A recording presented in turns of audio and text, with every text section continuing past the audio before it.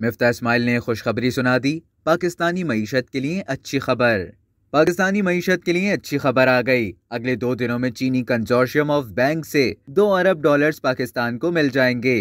विफाकी वजीर खजाना मिफ्ता इस्माइल ने कहा है कि चीनी बैंकों के कंसोर्शियम ने पाकिस्तान के लिए $2 अरब 30 करोड़ कर्जा मंजूर कर लिया।